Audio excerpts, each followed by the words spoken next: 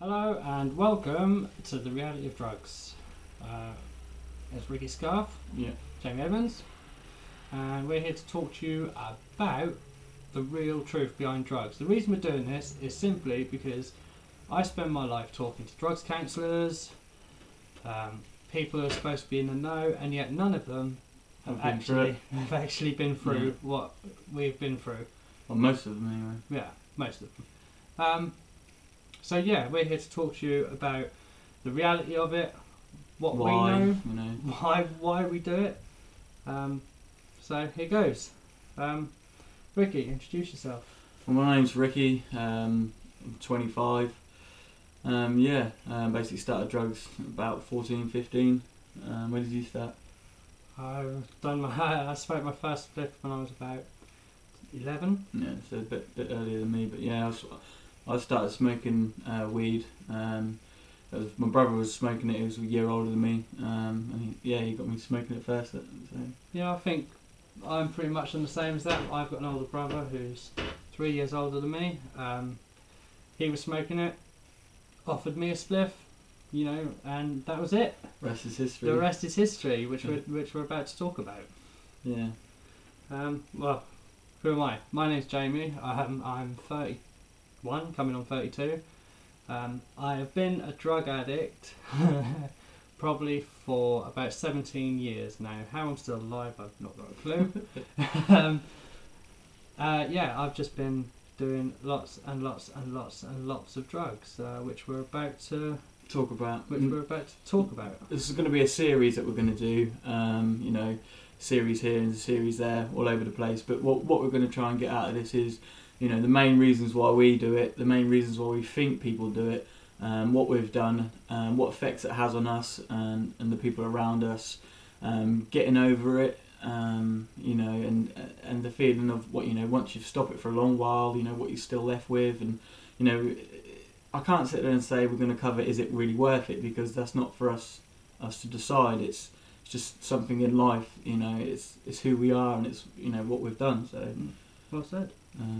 So that's what we're going to try and cover. Bear with us, It's our first time. Yeah, we're virgins at this. Virgin. But the reason, what drugs have you done? We'll start with that one. Get a little bit of history behind us. I'll start as well, because we've done pretty much the same, but James done a little bit more than what I've done. But I started off with weed, in no particular order. We've done weed, speed, pills, ecstasy, MDMA, which is pure ecstasy, base, which is a good form of speed, cocaine. I haven't done crack, but Jay has. Yeah. I've smoked cocaine in cocaine form. I haven't done heroin, but Jay has. Yeah. Did you ever inject it? Yes. Yeah. Yeah. So yeah.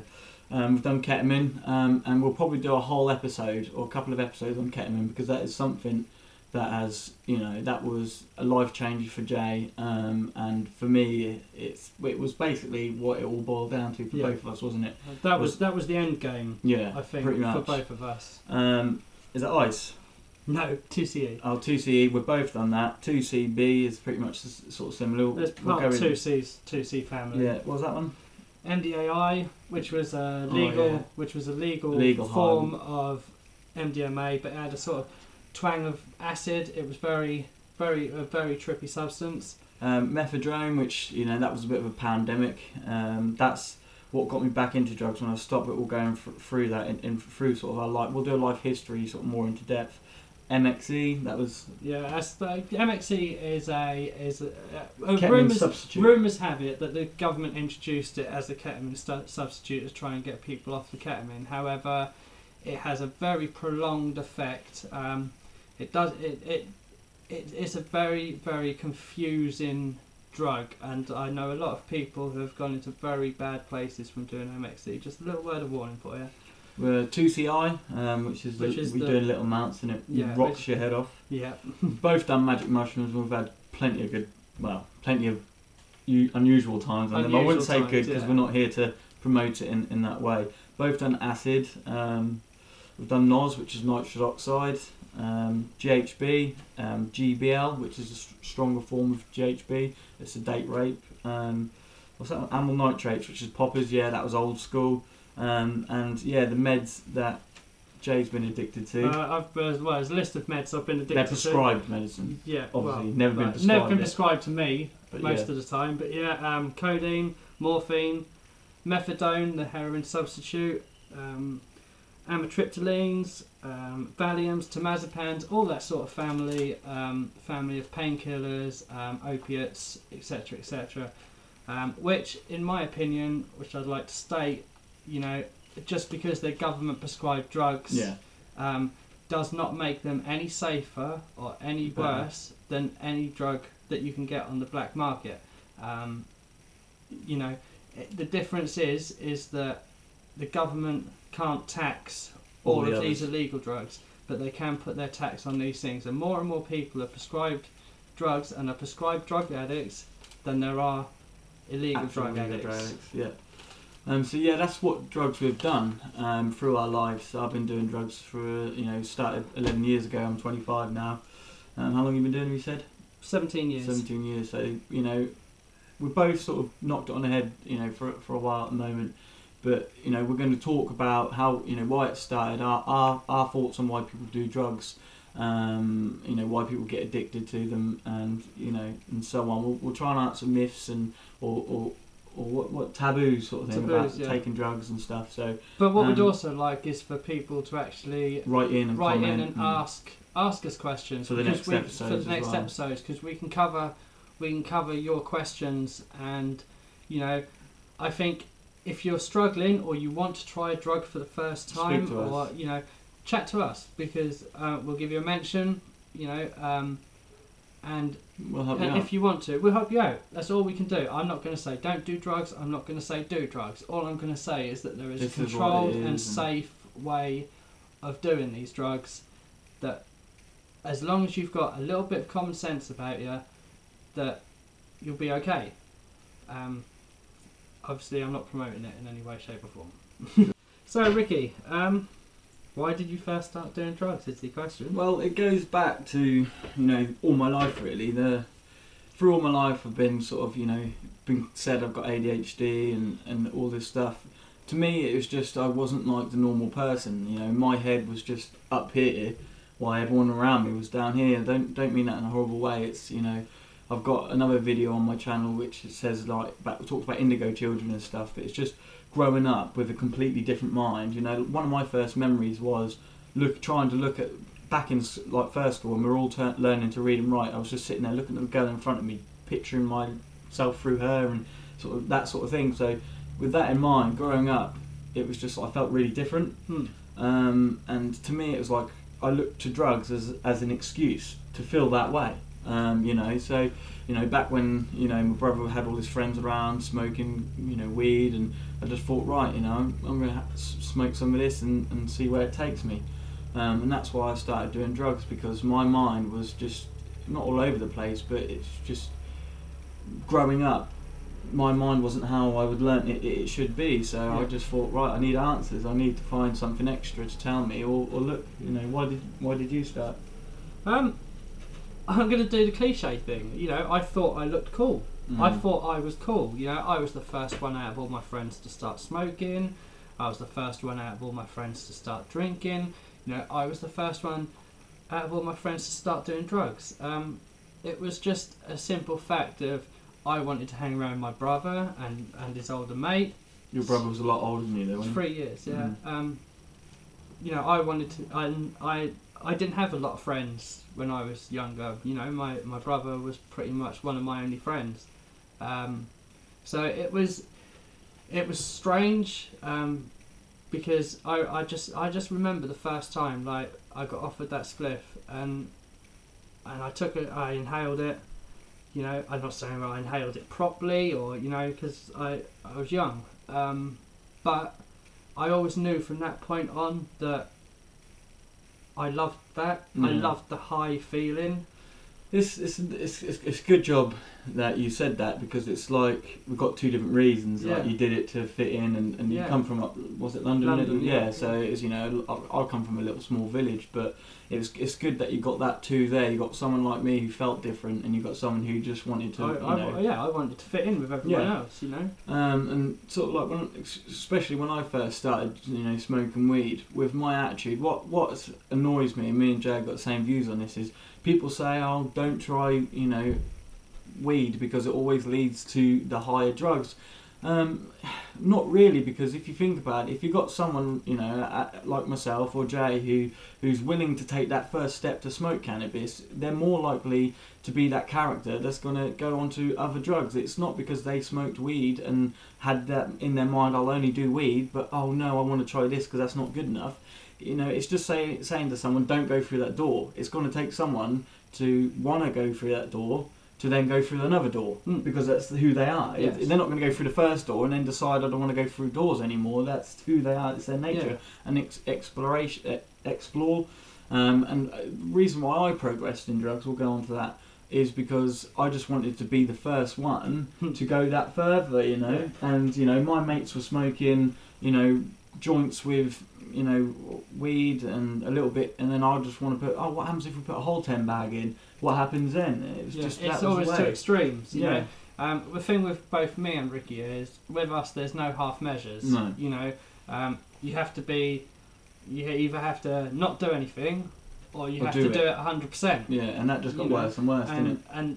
And we was a bad combination, to be fair, when you was younger. Yeah. I mean, I met Ricky when he was quite young. And a lot of the times, which we'll discuss further on in the episode, a lot of the times is all his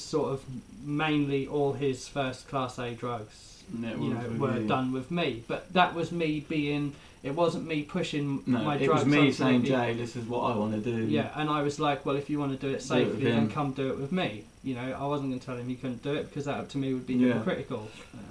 And also what we're gonna go through as well, the mental health side of things. The reason why I brought that up is because I was hit bad with it early on. But it's one of them things. It's, as I said, it's not like I was fine, tried cannabis, and then had mental health problems. I had taboo, sort of, you know, not to put a label on it, because I hate mental health problems like that label and stuff. I'm just me. I'm a bit different, you know. There's a lot of people out there like me as well, like probably like yourselves watching this. But when I was younger, I was always high alert, you know, more not paranoid badly, but so when I smoked cannabis, it just pushed me even higher than what I was. It wasn't like I got my mental health problems from smoking weed. It just obliterated it a lot more. Whereas I always feel like I've had mental health issues. I had a tough time as a child, etc., etc. I've always felt I've had mental health issues. However, you know, the first time that I've actually progressed, I've been on antidepressants since I was 16 years old. However, the first time it actually progressed was about 6 months ago. I was 31 years old, before finally someone actually reached out, and, you know, I got put into hospital, etc., etc. We'll go into that in more detail soon. But, you know, mental health side of things, obviously neither of us are qualified psychiatrists. I don't know. I've you know, psychologists maybe, because we've seen it and learnt a lot from our experiences and seen people around us go through it. But you know, going back to right at the beginning, you know, I started smoking cannabis, and then, you know, I can remember like when a girl I used to know, you know, did a peel, and I'd be looking at her thinking, oh man, how can you do that? You know, what the hell? It was something big back then. But then, like, out where we lived in them little villages, it was just, you know, blew off, didn't it? Yeah, so. Yeah, definitely. When I was younger, I mean, I got nabbed up by some people, and, you know, I was selling drugs in clubs, ecstasy. It was in the 90s. It was the ecstasy boom, you know, and I was going around selling drugs in clubs. That was the way forward. I had fake ID, everything. I could get into these clubs, and I could do my business there. And I earned a lot of money from it. You know. So in the early days of you doing drugs, was there any implementing to yourself on the mental health side of things or not? Or? See, no, I never thought. Yeah, I thought that with you. Even when I first met you. How long had you been doing drugs before we met each other? How old was I? I was about 14. I was about 11 years ago. I was about 20 when I first moved down there. So yeah, 7 years, 8 years. I've probably been doing it. Yeah, probably about 6 years. That's what I mean. And as you said, you never really heard of the mental health. But for me, within that first year of me smoking cannabis, I was seeing the Grim Reaper following me. I'd confront him. I was thinking we were all robots because all these things, or all that the whole world was out to get me, and something like that, And growing up though, you can't sit there and say it was because of the cannabis. It was, when I was growing up, I thought, that I'd be here to save the world, and all these weird things before I'd even do drugs. That's why I turned to drugs, so I could sit there and have an excuse. So, for me, it was quite different in that way. Yeah, definitely. I mean, me, it was always more business side of things. Because that was the area that I go into. I was cutting cocaine for someone that did when I was 15 years old. I was cutting speed for people at 15 years old. I'd come home from school, lock my bedroom door, and do all the orders that I had to do for this group of people. Now, I'll never forget the day, and I have to bring this up because this is sort of how it affects other people. My sister is 5 years younger than me. I was 15, so that would make my sister 10. My mum went into my bedroom to clean it up, and under my bed she found two ice cream tubs full of white powder. Vanilla. I had an ice cream tub full of pure base, full of pure speed, and an ice cream tub full of glucose, which was at the time when I was cutting it up. Now, my mum went absolutely apeshit. I got kicked out of home. And looking back on it, it's like she said to me, looking back on it, like if my little sister had found that, thinking it was sherbet or anything else, what could have happened? So no matter what you're doing, you have to think about others around you. There's a whole load of quality aftercare that you have to put in around doing it. It's not a case of just leaving your drugs lying around for anyone to find, because there have been times in history where kids have found ecstasy tablets, and died, and thinking they were Smarties or stuff like that, and you have to have a degree of care if you're going to do them. When I was younger, I'd always do it away from the house because I had a little younger sister. Even with my illness, like I had to move out because I just didn't want it to be around my family to see me the way I was. But in my mind, there was always a question, always feeling that I always wanted to answer. So when a new drug came up, I thought, right, I'm going to go and find the answers with this and do more and more and more. My friend's done 2 pills, I'll do 5, see what happens, And then you get to the point where we're doing it because we just don't care if we drop dead, because we've lost that sort of, in life. It's just we want to push it and push it. And this episode, we're going to talk about, why we think people do drugs. And one of the main things I think people do drugs is boredom. I do anyway, especially my mind's so hyper. I got so bored with life, waking up every morning, being this thing, and the way I saw it, I could go through life, do my GCSEs, get the job I wanted and that, because that was who I am. If I wanted to do something, I would do it. And I didn't want to go through life because I was dead against smoking. I was dead against drugs. I've been around it from an early age, and I didn't like any of it. But then I didn't want to grow up being a hypocrite. So then I jumped straight in, and it's just one of them things. I did drugs because I didn't want to be naive to the fact, and also I wanted to have an excuse for the way I was feeling in the early days. That's why, I mean, why I look at it from a different point of view. I did drugs. A lot of people say it's an escape, it's this, that, and the other. I did drugs because I enjoyed doing drugs. But why did you? But you didn't know that before you did them. Obviously not. Obviously not. I enjoyed weed. I enjoyed weed first of all so much, and then Why do you think you tried new drugs and moved on? I'd tell you, the first time I tried a Class A was to impress a girl. So you're is more of the stereotypical. Mine is the stereotypical. Yeah, I'm a girl at a place I worked at. She knows who I'm talking about. I still talk to her today. We're the best of friends. She worked at a double glazing company. I was a door-to-door canvasser, and she offered me a wrap of speed for a tenner. And I did this whole wrap of speed at once because she wasn't there to tell me, don't do all that. And then I went out doing the doors and probably had the best amount of what are they called? Fun? Callbacks. Oh, callback. Yeah, from What it work? all. Yeah. From it all, because I think people are just bored of me sitting there talking to them. Yeah. Because I always have been a chatty person. Yeah, but as to why I think people do it, I find it difficult. I can understand in highly populated areas where I grew up, London, stuff like that, because it's easier to make money. but then again, I can understand the village way, because I've moved to a lot of villages, and there's such a dark underlie in these beautiful little scenic villages that you can live in. You know, in this area in Norfolk, you know, there's a lot of little villages that have a really dark undertone to them, and I think you're right. It's boredom. Yeah. There's no jobs. There's no reason to get up in the morning. Yeah. You know, and also with the boredom as well. Like my mind's not all over the place, but I like to think of everything from every single angle. Like another thought I've had of reason why people do drugs and sort of stuff is like, you know, growing up I had a really big, strong fear of death before I even done any drugs, and and to me that's another reason. You know, people get tired of worrying about things like the fear of death, the fear of everything, and that's why they turn to the drugs, is to numb that as well. And that happened quite sort of, you know, on into the drugs. Except, don't you think that you were just, if you was doing it because you was trying to escape the fear of death, surely the answer would be to not put yourself in a predicament where you could die. Because it's another one of them things, you know. It's, you know, if the fear of it, you're just going to get high and so you don't really care. You know, about anything, you know, that's what we used to do. But do you know what I mean? You're buzzing, you're off your nuts, so who cares? Yeah. You know what I mean? If I said to you there's a lion, go and jump on it, you wouldn't. But if I give you, you know, a gram of coke and you snorted it all in one, you'd probably do it. You know, that's the reason. Get over, you know, like.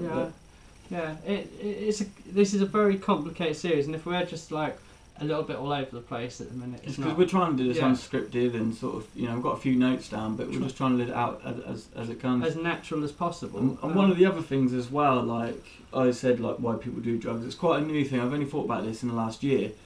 Jade thinks it doesn't really think it, but the way I see it is when you're younger, you know, life's magical. You know, people tell you Santa Claus is real. It's the greatest feeling in the world. Every year, you know, wait till Santa Claus, you go to bed, and I don't know if you can remember it, unless you're a Jehovah's Witness or it's not in your religion, but I can remember, you know, that magical feeling of like going to bed, waking up in the morning, and, you know, Santa's been, you know, and when you grow up and realise that it's not real, that magic feeling, gone. You know, name me one other thing where you get that magic feeling at that young age. You know, you could say love, sex and that, but that wasn't, you know, didn't really sort of, you know, bloom that well when you're young. So the way I see it, you know, all these sort of false things growing up, like when you realise when you're a kid, you know, when I was younger I thought life was great, I thought you lived forever, and I thought, you know, I'm going to do massive great things, and when you realise that even if you do these great things, at the end of it, you know, it's not real, like Santa Claus and stuff. So I think kids then thrive to find that magic again, you know, and that's another reason. I can understand where you're coming from. You always from, hate but Christmas anyway, I don't so like you never Christmas. had that. Yes. So that's his eyes, you know, it's quite good that we're completely different. So we're not sitting here saying this is, you know, everything we're saying and the way we're feeling is all the reasons and the only reason. It's just what we've accumulated in our heads, you know. But yeah, you know, that's one of the things I think, you know, why people. But I think more to the case why people do drugs is the stereotypical way. Your friends are all out doing them. You know, you feel like you're missing out on something because you're seeing them having such a good time, going out enjoying themselves, etc., etc. You know, people who go to illegal raves, etc. You know. And when I started raving back in the day in 1995, I went to my first rave. I looked out along the crowd, and all the people with bottles of beer in their hand were fighting, arguing, you know, attitude, etc., etc., etc. And all the people with bottles of water in their hand looked like they were having the best time of their lives. So to me, it was an easy choice. I was looking out over this massive people, you know, and I saw I saw who were the ones who were having the good time, who were the ones who were fighting, etc., etc. I didn't want to go down the road of having to fight, and you know, my brothers did that for me. I didn't need to fight. You know. So let's brainstorm the reasons why. boredom. You know, the fear of like not being able to change life. You know, death at the end of it. Stuck in a rut. Peer pressure. Wanting an excuse for the way your mind is. You know, out there. To fit in, to make money. If you can think of reasons why you did as well, let us know in the comments. Send us, comments, and we're happy to talk about them. What else? Yeah, I don't know. There are many reasons. I think people try to escape. I understand people have bad histories, etc., etc. A lot of bad things happen in this world. People use drugs as a way out. As a way out of this world, especially the more psychoactive drugs, which we'll go into in a bit more detail another time. But yeah, I think mainly we've summed up. I think the reason why why people do them. However, like I said, we are not the oracles of drug taking, but we've got some experience between us, so. And we've been to sort of pretty much hell and back. We've been to hell and back. So yeah, thanks for listening and sort of sticking with us. This is sort of a first video for us on this sort of topic. I've made quite a few on my channel already. This is my first time. Yeah, YouTube virgin. But no, like serious, that we try to sort of introduce ourselves and sort of give you an idea of what they're going to be like. Our next sort of episode is going to sort of go through the experiences of the drugs, of how we did them into more detail, what effects it had on us and the things around us. Yeah, what effects it had on our life at the time. Yeah, because stick with us because, as I said, when we've been to hell and back, we have in 2 different ways as well. And talk to us, drop us comments, show some support, because basically what we want to end up doing is getting into schools, talking to people, and stuff like that. Drugs counselling groups, stuff like that. Online, I do a thing with the Matthew Project at the moment where they sort of catch up with me every year. I've got both of them interviews as well, so I'm going to put them up and link it to it. Feedback from people as well. We could have guest speakers as well if you want to write us your experiences, or if you want to maybe come on the show. Yeah, if you're about, just let us get know. involved. Really, we want this to sort of go a long way. To summarise what the reality of drugs. The reality of drugs. Yeah, that's our reality. This is our reality of drugs.